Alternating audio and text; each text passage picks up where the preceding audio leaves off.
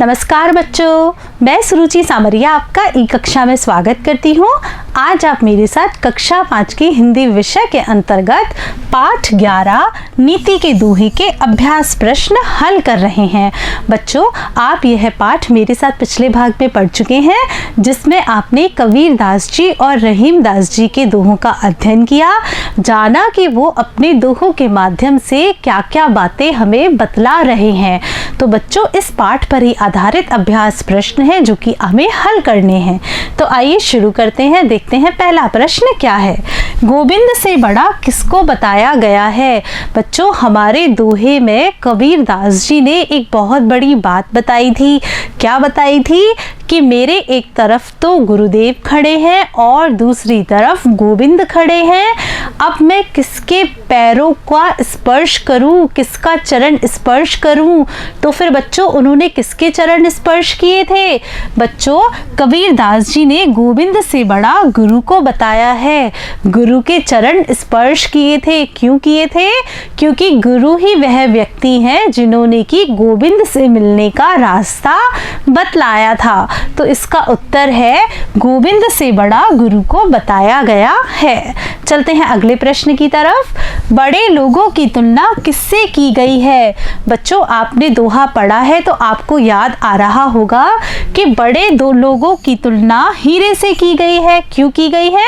जैसे कि हीरा अपना मूल्य स्वयं किसी को नहीं बताता, देखने वाला जौहरी उसका मूल्य बता देता है, ऐसे ही बड़े लोग होते हैं। बड़े लोग बहुत ही बड़े बड़े काम करते रहते हैं, लेकिन कभी भी अपने कामों का बखान स्वयं नहीं करते हैं। चलते हैं अगले प्रश्न की तरफ। कृष्ण ने किसके साथ मित्रता निभाई थी? बच्चों, यह तो बहुत ही सरल प्रश्न है। आपको याद आ रहा होगा कि कृष्ण ने सुदामा के साथ मित्रता निभाई थी। एक बार कृष्ण से मिलने सुदामा जी उनकी नगरी आते हैं। कृष्ण कौन सी नगरी में रहते थे? कृष्ण द्वारिका नगरी में रहते थे।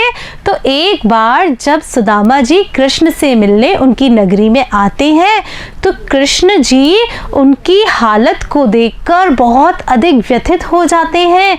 उनके पाँव को धोने के लिए जब वो पानी मंगवाते हैं परात भरकर, तो कृष्ण जी मित्र की दुर्दशा देखकर इतने अधिक व्यथित होते हैं कि वो अपने नेत्रों के जल से ही उनके पैर धो देते हैं। परात के पानी को तो हाथ भी नहीं लगाते हैं और मित्र से कहते हैं कि तुम इतने दिन से क्यों नहीं आए। चलते हैं अगले प्रश्न की तरफ। सही उत्तर का क्रमाक्षर कोष्टक में लिखें। बच्चों, इस प्रश्न में आपको क्या करना है? आपके सामने यहाँ पर एक पंक्ति है जिसमें कि प्रश्न पूछा गया है। इस प्रश्न के उत्तर से संबंधित यहाँ पर 4 विकल्प दिए गए हैं। कौन कौन से 4 विकल्प? क, ख, ग और घ। आपको बताना है कि सही उत्तर कौन सा है। जो सही उत्तर होगा उसको हम यहाँ पर लिखेंगे। पढ़ते हैं प्रश्न। बुरा जो देखन मैं चला, बुरा न मिलिया कोई, का आशय है जब मैं बुरे व्यक्ति को ढूंढने चला तो मुझे क्या हुआ? बुरे ही बुरे मिले? नहीं बच्चों, नहीं मिले थे। कोई बुरा नहीं मिला। हाँ बच्चों, कोई भी व्यक्ति बुरा नहीं मिला। कुछ बुरे कुछ भले मिले थे, यह इसका उत्तर नहीं है और यह भी इसका उत्तर नहीं है। तो हम कोष्टक में क्या लिखेंगे? हम कोष्टक में लिखेंगे ख। चलते हैं अगले प्रश्न की तरफ। देखते हैं अगला प्रश्न क्या है। बड़े बड़ाई ना करे दोहे में, हीरा अपना महत्व या मूल्य इसलिए नहीं बताता है क्योंकि। बच्चों, ये जो दोहा है इसमें हीरे के बारे में बात की गई थी कि हीरा अपना मूल्य स्वयं नहीं बताता है। तो आपको यह बताना है कि ऐसा क्यों, क्या कारण है कि हीरा अपना मूल्य स्वयं नहीं बता रहा है। क्या वह बोल नहीं सकता इसलिए नहीं बता रहा है? तो बच्चों, यह गलत उत्तर है। उसे अपना मूल्य मालूम नहीं है, यह भी गलत उत्तर है। फिर देखिए, न बताना बड़प्पन की निशानी है। हाँ बच्चों, यही इसका सही उत्तर है। हम क्या करेंगे? अब हम कोष्टक में सही उत्तर को लिख देंगे। सही उत्तर है हमारा ग। चलते हैं अगले प्रश्न की तरफ। दोहे लिखकर बताएं। बच्चों, इस प्रश्न में क्या करना है? यहाँ पर दोहे से संबंधित एक बात लिखी हुई है और उस बात को पढ़कर आपको बताना है कि यह किस दोहे से संबंधित है। यानी कि इस पंक्ति में किस दोहे की बात की जा रही है? देखिए, रहीम के किस दोहे में प्रेम का महत्व बताया गया है? तो बच्चों, यहाँ पर आपको क्या करना है, रहीम दास जी का वह दोहा लिखना है जिसमें कि रहीम दास जी ने प्रेम का महत्व बतलाया है।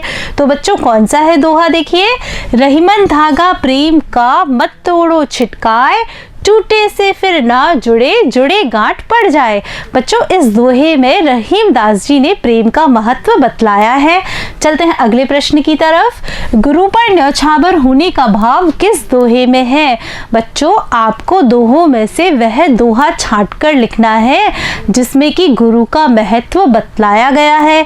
तो बच्चों, कौन सा था वह दोहा? वह दोहा था हमारा, गुरु गोविंद दो खड़े काके लागू पाए, बलिहारी गुरु आप री गोविंद दियो बताए।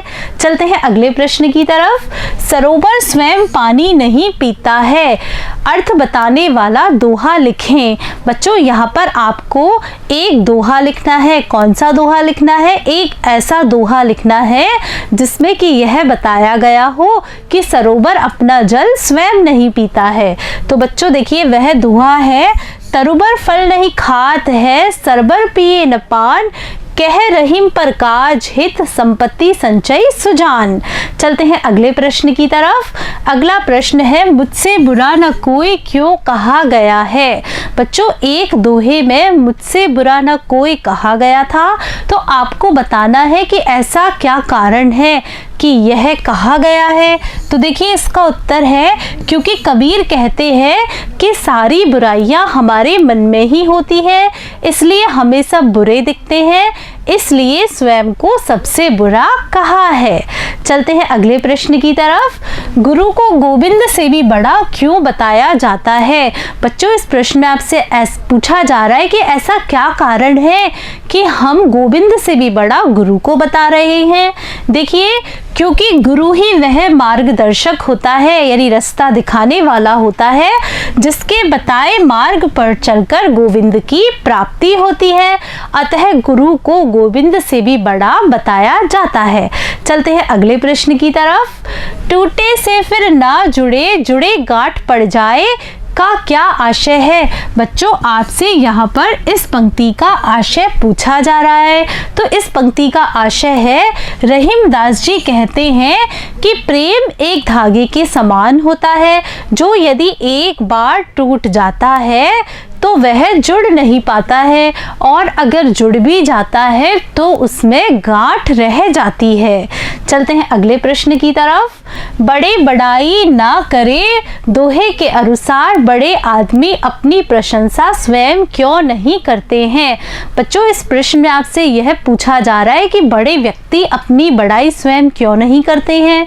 तो देखिए, उत्तर है, क्योंकि बड़े लोगों के काम महान होते हैं, बड़े लोग हैं तो काम भी उनके बड़े बड़े होते हैं, और उनके कामों की प्रशंसा दूसरे लोग ही करते हैं, वे स्वयं नहीं, क्योंकि उनके स्वयं के प्रशंसा करने पर उनमें घमंड झलकता है। बच्चों, आज आपने मेरे साथ आपकी पाठ्यपुस्तक आओ सीखे भाग 2 के नीति के दोहों के अभ्यास प्रश्न हल किए। मुझे पूरा विश्वास है कि आपको इन सारे प्रश्नों के उत्तर बहुत ही अच्छे तरीके से समझ में आ गए होंगे, और कुछ प्रश्नों के उत्तर तो यही याद हो गए होंगे। नमस्कार बच्चों।